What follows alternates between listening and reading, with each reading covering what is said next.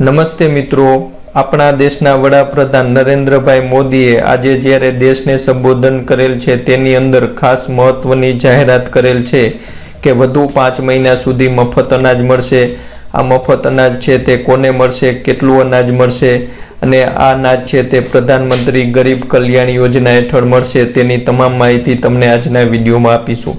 મિત્રો, આપણી ચેનલ ઉપર 10 દિવસ પહેલા એક વિડીયો અપલોડ કરેલ હતો। તેની અંદર આપણે કીધું હતું કે હજી વધુ 3 મહિના સુધી મફત અનાજ મળશે તેવી જાહેરાત સરકાર કરશે।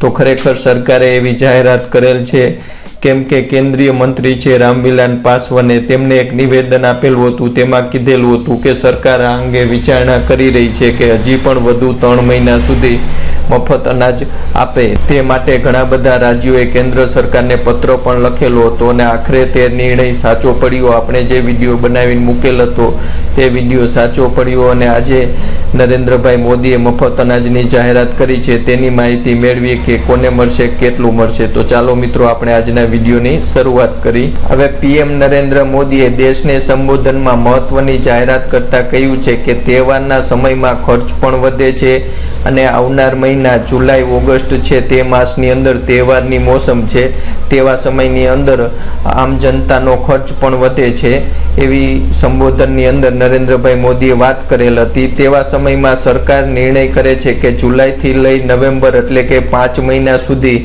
મફત અનાજ છે તે આપવામાં આવે, એટલે સરકારનો બહુ જ મોટો નિર્ણય કહેવાય। વધુ 5 મહિના મળશે। સરકારે લોકડાઉનના કારણે એપ્રિલ, મે અને જૂન એમ 3 મહિના સુધી તો મફત અનાજ આપેલ છે ને વધુ 5 મહિના સુધી મફત અનાજ મળશે। સરકારે લોકડાઉનના કારણે એપ્રિલ, મે અને જૂન એમ 3 મહિના માટે મફત અનાજ તો આપેલ જ છે અને વધુ 5 મહિના સુધી મફત અનાજ મળશે, એટલે કે કુલ 8 મહિના સુધી હવે તમને મફત અનાજ મળશે।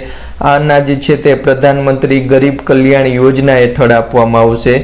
આ મફત અનાજનો લાભ છે તે દેશના 80 કરોડ લોકોને થશે અને આ મફત અનાજ પાછળ સરકારને 90,000 કરોડ રૂપિયાનો ખર્ચ થશે અને અગાઉ આપેલ અનાજ તેને જોડવામાં આવે, એટલે કે એપ્રિલ, મે અને જૂનમાં જે તમને અનાજ મળ્યું છે તેનો ખર્ચ જોડી દેવામાં આવે તો કુલ 1.50 એટલે 1.5 લાખ કરોડ રૂપિયાનો ખર્ચ છે તે સરકારને આ મફત અનાજ આપવા પાછળ થશે।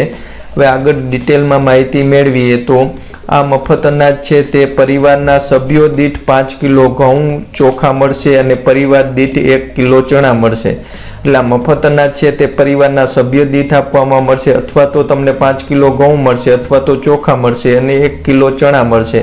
હવે એક ઉદાહરણ જોઈએ તો તમારા પરિવારમાં 3 સભ્યો છે, એટલે કે રેશન કાર્ડની અંદર જેટલા નામ હશે તે ગણવામાં આવશે। જો રેશન કાર્ડમાં તમારે 3 નામ હશે તો તમને 15 કિલો ઘઉં મળશે અથવા તો ચોખા મળશે અને 1 કિલો છે તે ચણા મળશે। આ રીતે તમને લાભ મળશે। ખાસ રેશન કાર્ડમાં નામ હશે એ મુજબ લાભ મળશે। આ લાભ છે તે જુલાઈથી લઈ નવેમ્બર સુધી એટલે કે 5 મહિના મળશે। દરેક મહિનામાં એક વખત મળશે, એટલે કુલ 5 વખત આ લાભ તમને મળશે। આ અનાજનો લાભ છે તે nfsa હેઠળ ગુજરાતના 68 લાખ જેટલા પરિવાર આવે છે તેમને મળશે। તેમાં APL, BPL અને AY ધરાવતા કુટુંબનો પણ સમાવેશ થાય છે। જે nfsa હેઠળ પરિવાર આવે છે તેને લાભ મળશે। ખાસ કરીને ગુજરાતના 68 લાખ જેટલા પરિવાર છે જે આ nfsa હેઠળ આવે છે તેમને આ લાભ મળશે। તો મિત્રો, કેન્દ્ર સરકારની મહત્વની જાહેરાત મફત અનાજ વિશે તમને માહિતી આપી છે, વધુ 5 મહિના મળશે।